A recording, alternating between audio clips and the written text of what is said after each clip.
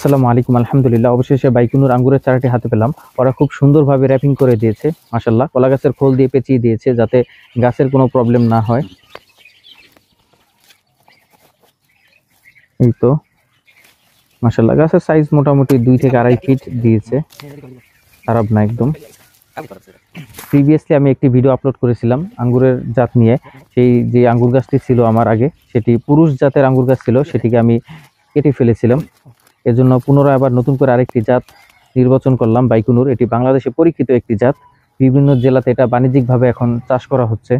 এটার সফলতাও রয়েছে, খুব ভালো। এটা লাগানোর জন্য সাধারণত আমি বাছাই করে নিয়েছি বেলে মাটি এবং দোআঁশ মাটি। সাধারণত এইসব মাটিতেই আঙ্গুর গাছের ফলন ভালো হয়।